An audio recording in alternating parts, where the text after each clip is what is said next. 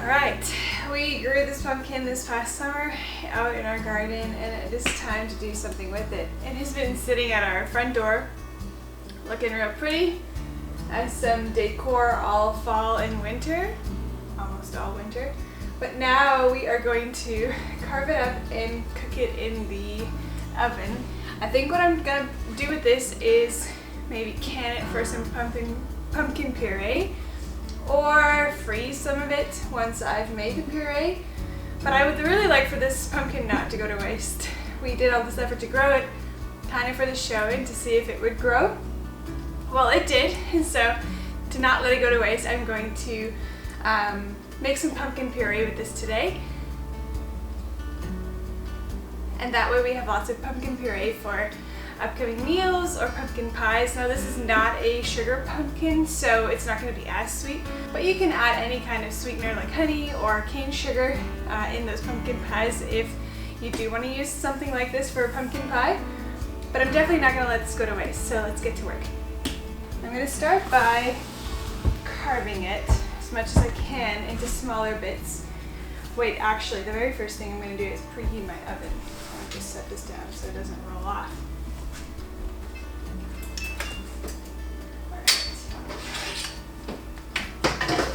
So I've got my oven preheated, and with a sharp knife I'm going to try to cut this as small as I can, scrape out the seeds and keep that aside, and get this in the oven so it can cook.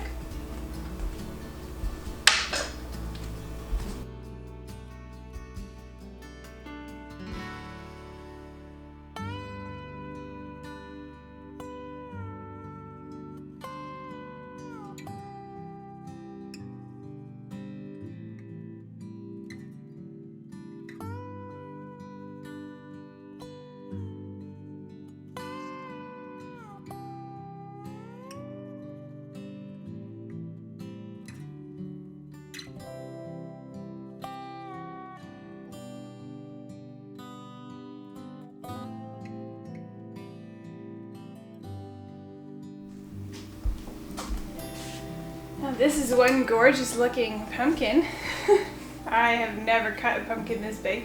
I was probably not using the best safe knifing skills, so don't do what I do. But doesn't this look amazing? Oh my word, it's about the size of my head. Very exciting. Alright, and these pits are giant. Alright, let's scrape this out.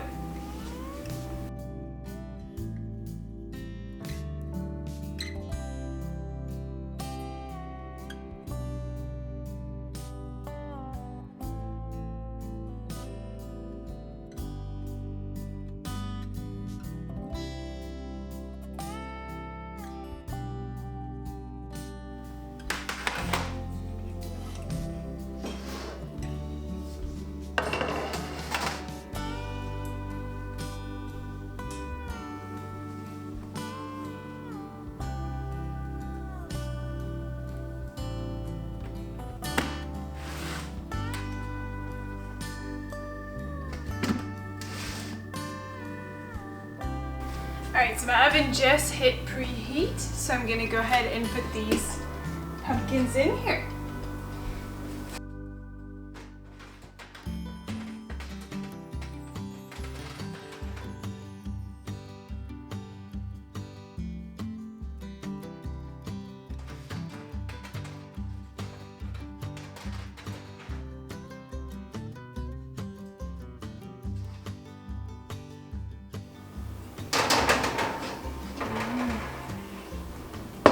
Bit of a dilemma, it's a bit too big. Maybe if I may have to do these individually actually. Let's see. Oh yeah. I'll just have to do these one by one. My oven is not even big enough to fit both in here. So we'll go with the big one first.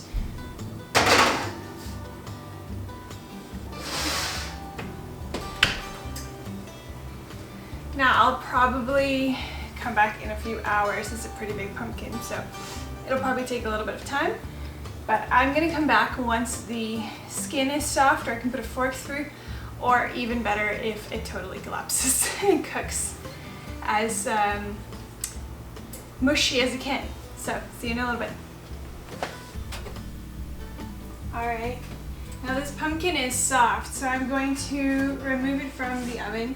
Just be careful because there is a lot of moisture in pumpkins, or there can be. And so this pan is actually filled with liquid at the bottom, which would be very hot right now. So just be very careful when you are taking out yours. This was about 2 hours. Yeah, just around 2 hours, just a little bit more for the one half of this pumpkin. And I'm actually going to not put this other pumpkin into the oven because I found out in the meantime that you cannot can pureed pumpkin. You can only freeze it. I think it has something to do with the water consistency in the pumpkin. It's just too much and therefore cannot hold up to a canning process safely, water bath canning or pressure canning. So I'm gonna save this other half, and you can can pumpkin in a pressure canner if it is chunks. And so I'm gonna save it for that process. But I'm gonna use this puree to freeze, and then whatever other meals we can make with it, or cookies or things like that, which you can also freeze cookie dough, or things like that. Anyway, not sure yet, but let's take this out. Be very careful.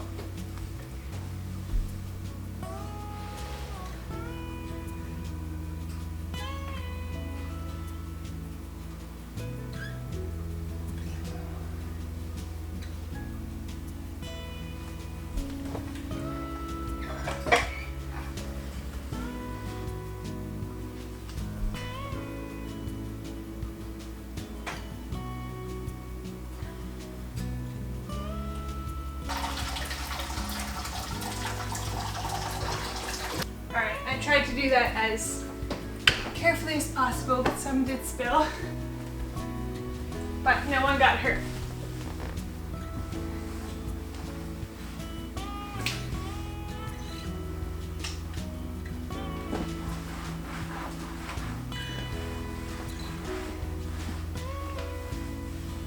So that is a good tip for you if you're going to make a big pumpkin like that. Anticipate a lot of water to come out and use some kind of pan that will be able to hold a lot of water. Now, I don't know of any other pan that I could have used, and of course you're probably just going to use what you have. Just keep in mind there will be water. I'm going to let this cool just for a minute before I begin working with it, and peeling off the skin to then make the puree later in my food processor. So we'll get back to that, and then also cut up the chunks to pressure can. I don't know if I'm going to do that today, but I may be able to get the chunks going so long and can them later tonight. We'll see. Alright, so what I've decided to do is can this other half of the pumpkin. Now the edging is kind of dirty, but I'm not going to worry about that because I'm actually going to dice it. First slice it and then take off the peel and then dice it into about 1-inch cubes. Now to can it, it says on the National Center of Home Food Preservation that you must first boil them in water, the cubes now, for about 1 minute to 2 minutes. So I've got a pot of hot water on the stove right now that I'm getting ready, that is boiling. So once I have my cubes ready, I will pop them in there quickly. I've got my jars out already, and so I'll just combine everything and then take out the canner and yeah, hopefully get them canned. I'll leave a link down below to the National Center of Food Preservation's website. That's where you want to check any kind of pressure canning instructions for whatever kind of food you're hoping to can. It does have a notice on there not to can any puree. So I'm just going to cook it in there for 1 minute or 2 and then put them right into the jars and seal them up to get pressure canning. So let's get going.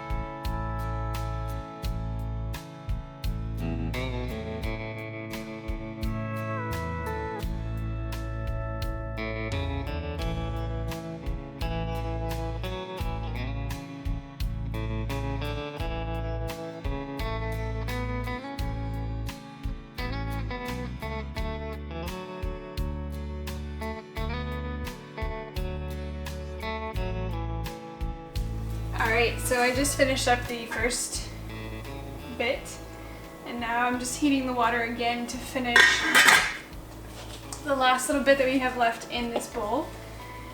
It actually reduced a lot in size just by being a little bit a little softer, which is amazing. So I think maybe I'll be able to fit a few more in these jars over here. Hopefully I can get 3 more jars filled here. Well, no, sorry, I will definitely be able to fill 3 more jars, but what I mean is hopefully this will fill 3 jars when it is cooked down. It should actually, it should, with a little bit more topping allowed on each one here, because I think our canner can only take 7 of these pint jars. So hopefully that is enough. And in the meantime, I am boiling the kettle to get some hot water going so that when I get the canner out here, the water I add in there will already be hot. And this is progress. Which took a long time. Alright, that looks like it's close to a boil. I'm going to add these in.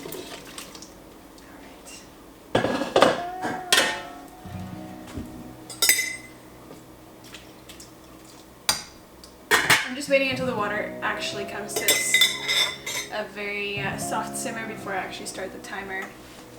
That way it gets a full 2 minutes in here before I put them into jars.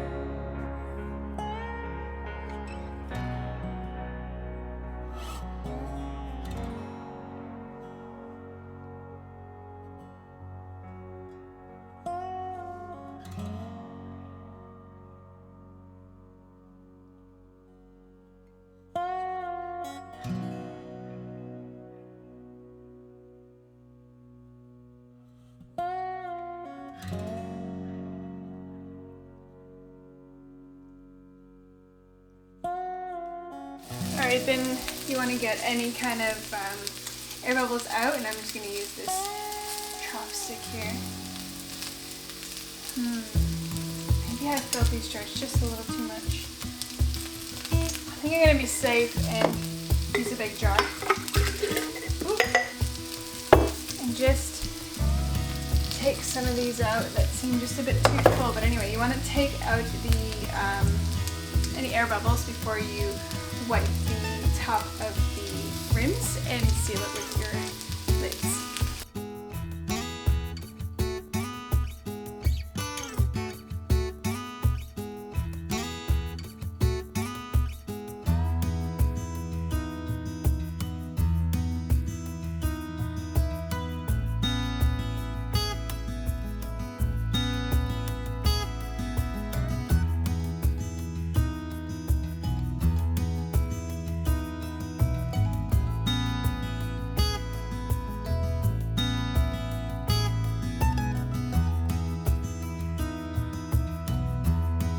And then I'm just adding a little bit more water to any of these jars, sorry, that wasn't filled right to the rim.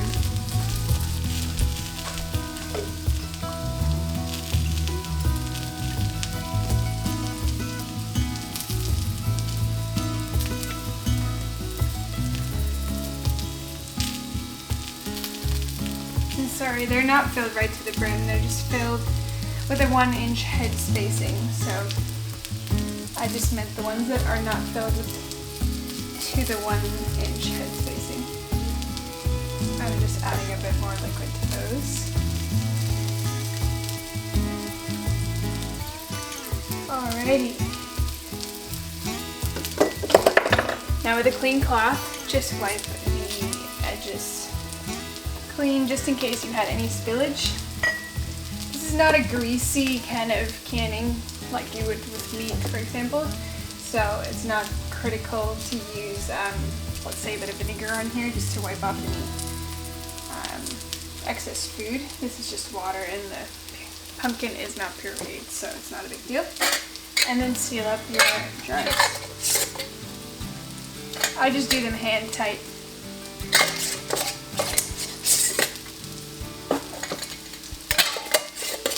I'm gonna grab a few more lids.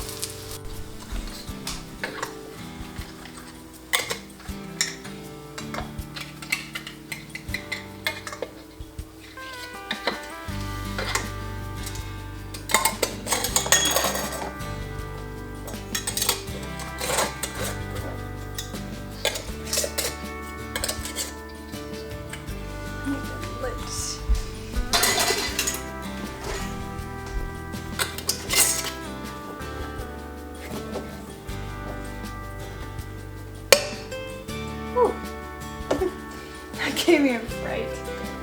I already had a zonk. I don't know how that's going. There we go. There, that's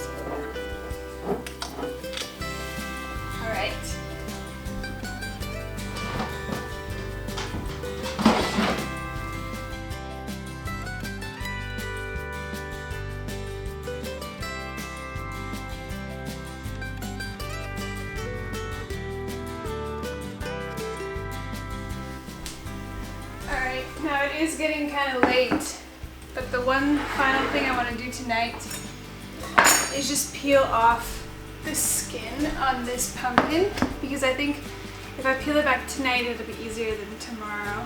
Oh, it's already kind of gotten a little too hard, or too cooled off a little bit too much for me to do this well. So actually, no, I'm gonna leave this. Oh, I should scrape this out and get it in the fridge. I'll come back and do this after dinner. Very good. Alright, be right back.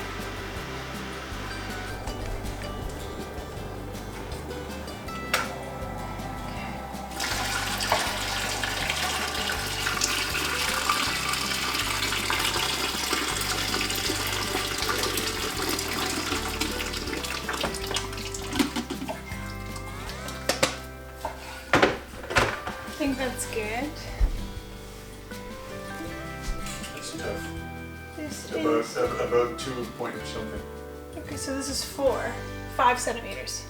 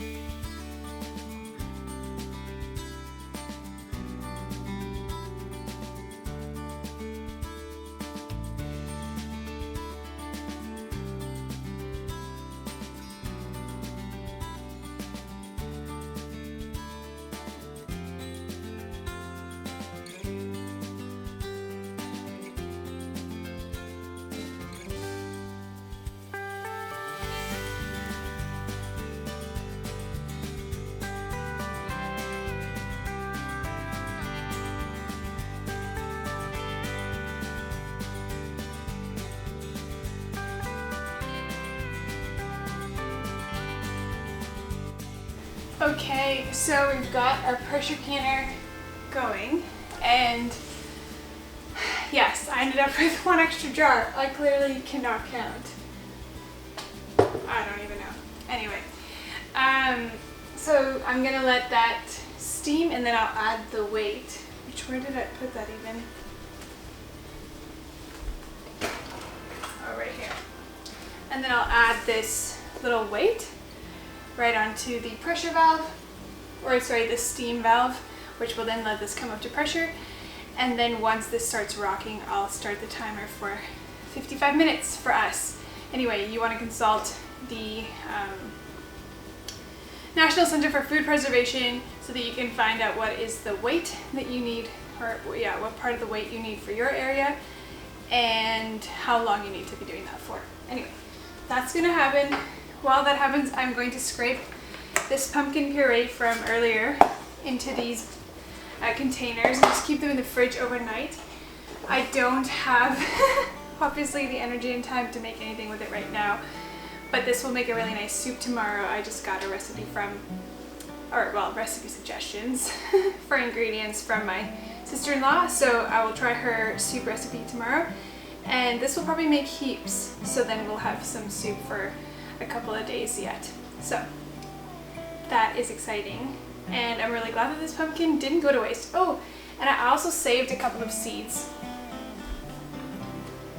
That way, if we think about starting another one of these big pumpkins in our garden this year, we can do that.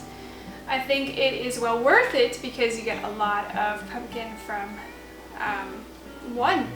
Basically, 1/2 makes 7 quarts. Yeah, pints, sorry.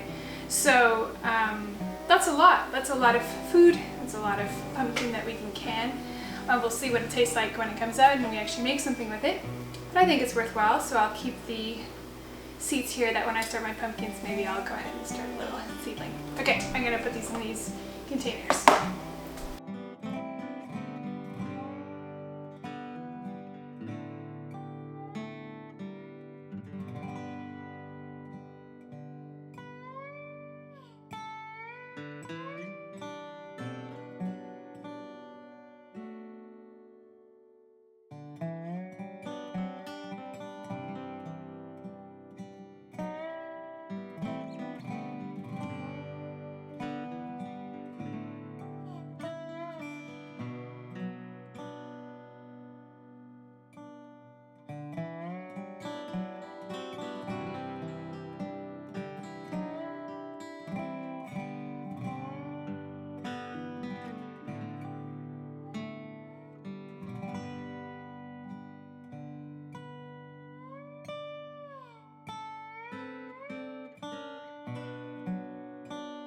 Alright, I only needed 1 container, so that's great.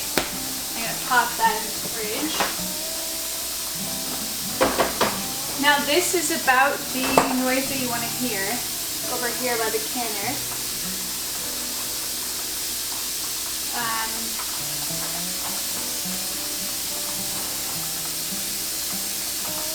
And it is yeah, consistently steaming. So I'm going to go ahead and start my timer for 10 minutes, and then once it steams for 10 minutes, I'll put the weight on.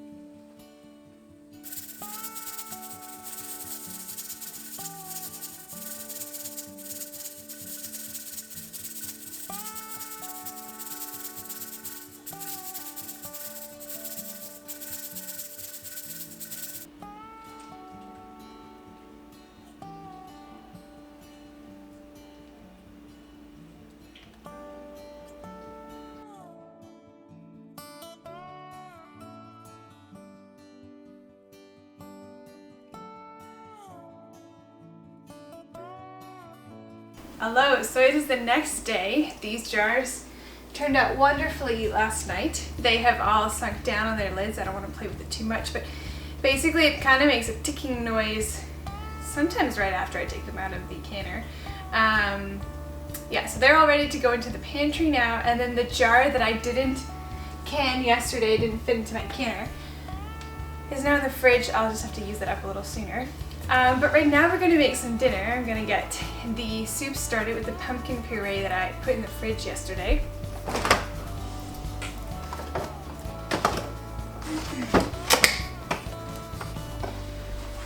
Here it is. Now I could probably make heaps of soup from this, and I may and then freeze whatever is left over for an upcoming meal. While I'm going ahead and making dirty, I may as well make dirty good. And so I'm gonna start by just chopping some onions and garlic in my food processor, sauteing that on the stove, just in a little bit of oil. And once that is nice and brown, I will add my bone broth, which if you don't know the benefits of bone broth, I just recently made a video about it. It is so healthy and good for you. And so if you want to know all about that and how to make it, I will link that down below for you to go watch that if you're interested. So we're gonna use some of that in our soup today with the onions and garlic, and then I'll add some thyme and salt and pepper, other kinds of spices. Now I would also like to add sage, but I don't have any right now, and well, actually I was just at a close by grocery store and they didn't have any either, so I'm just gonna go ahead and skip that. Actually, I probably have some powdered sage. I actually do have some powdered sage, so I may just pop some of that in. Oh, that is a very distinctive taste. You can substitute it with rosemary and Mario jam, but it is not the same. Not totally. Nothing can ever be truly the same. So I'll probably just add a bit of this. Of course, if you have fresh herbs, that is the best. But use what you've got in your kitchen, and let's make some soup.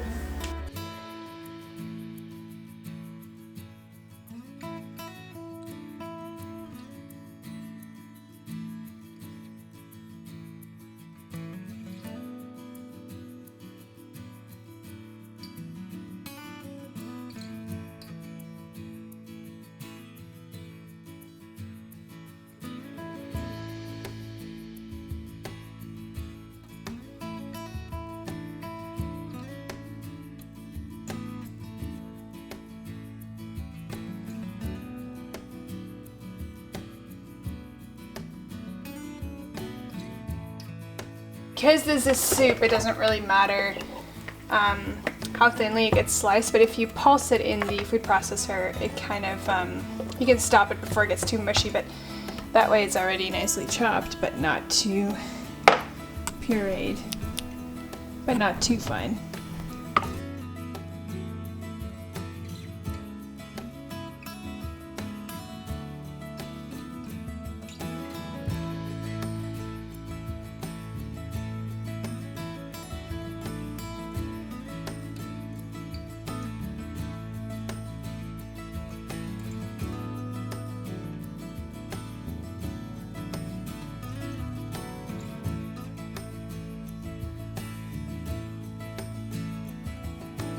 Alright, so while this garlic just cooks a little bit, actually I'm going to take it off while it gets, I'm going to add in the rosemary and thyme now, just so that the flavors can cook a little bit with this before I add the broth. I had to buy thyme, we don't have our own plant yet, but we started our own plant this year, so pretty soon I'll just be able to run out. Our landlords actually have a thyme plant that is not doing too hot right now. Anyway, it's probably a little bit too cold for even it to do well. I think I'm going to chop, oh, it smells good. Chop some of this fine in my food processor quickly before adding it. That way it's just a bit, exposed. I can always add some more if I feel like I want to, just to kind of drift around. Now I think the stems are good as well. Let's see. Oh, actually no, not with the stems. Let's see. This is what I'm gonna do instead. I'm just going to brush off the leaves. If you brush backwards, the leaves will come off. Well, both ways, just hold steady. So I'm adding some thyme here and sage, but only in powder.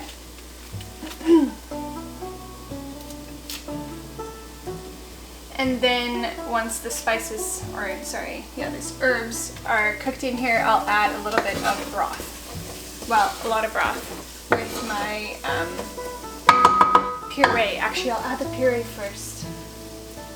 And then the broth. Oh yeah, what I wanted to say is if you're not gonna make soup with this puree, what you could also do is just use the food processor or something else. You don't really have to actually. Puree is pretty puree already.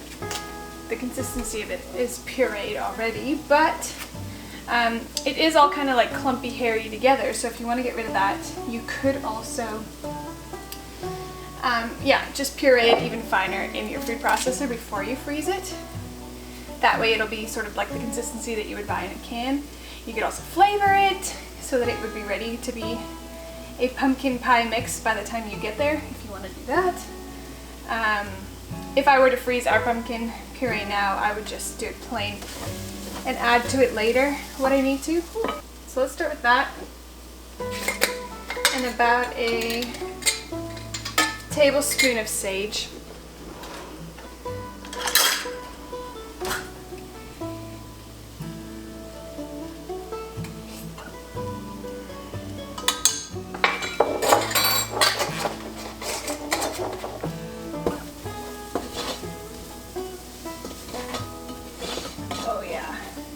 Yeah, if you don't have fresh sage, definitely do the spiced. That smells delicious. Good mix. We could do a lot more of everything, I think. So I'm gonna add a lot more. Maybe not that much. I guess I'll start with lesser and I can always add more later and adjust it to taste.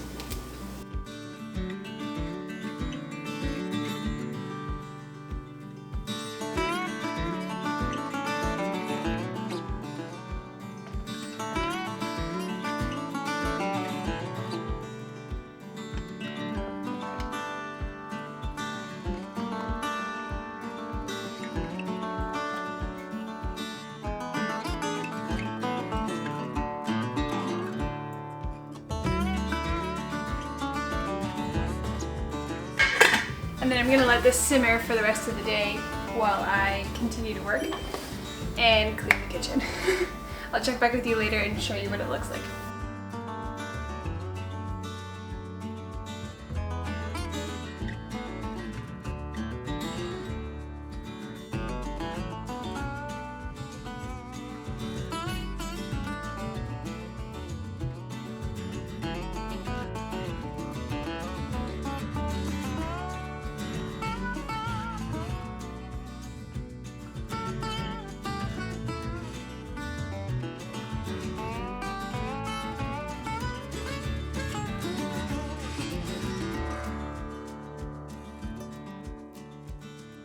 Alright, so the soup is coming together very well.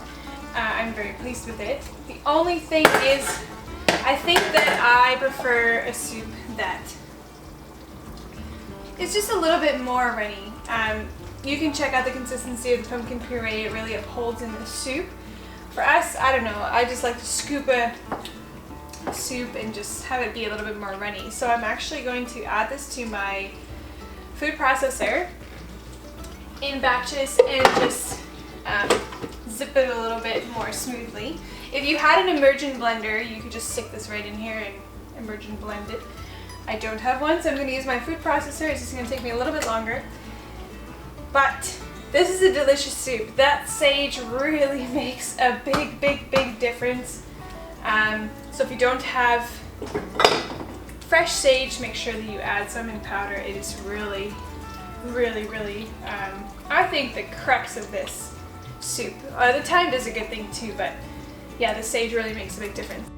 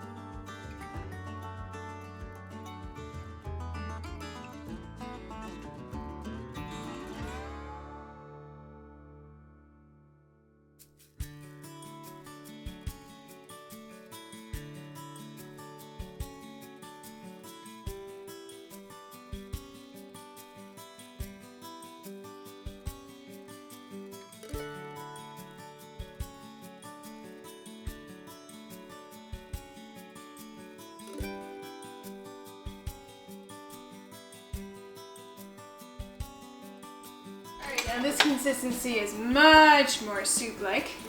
I just prefer it that way. I could actually even add a little bit of bone broth and even make it a little bit more runny because it doesn't really have a running consistency, although it looks much better. I'm gonna go ahead and give this a taste test because I had a little lick on my finger and I think it needs a bit more salt. Ooh, so good. Wow. My baby also thinks so.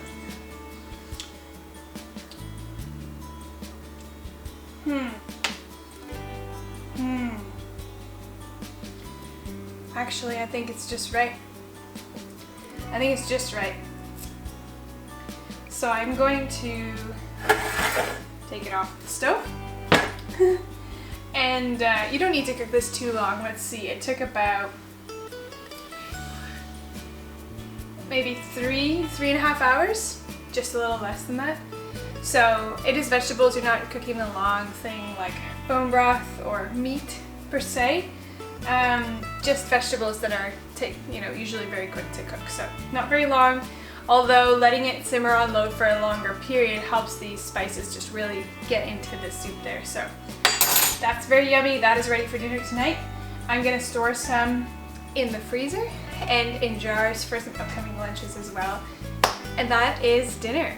Thank you so much for spending the time with me. I hope that you've enjoyed watching what you can do with a big, large pumpkin, even if you have a Halloween pumpkin maybe and you're wondering, can I eat this? I think as long as it has been sort of kept outside where it is cooler, obviously you don't want a rotting pumpkin to eat that, but as long as it's been outside and where it's cold, kind of holding up the quality, yeah, you can turn this into a yummy soup or can it if you've got a canner and you like to put food away for future meals or future soups. So thanks for hanging out with me. I hope that you've enjoyed this, and if you like content like this, please stick around. You can usually find me here in the kitchen or out in the garden growing pumpkins and other sorts of things. And so if you're interested in that, we'd love to have you stick around and support our channel, and then you can catch some of our upcoming content. Okay, we'll see you next time. Bye.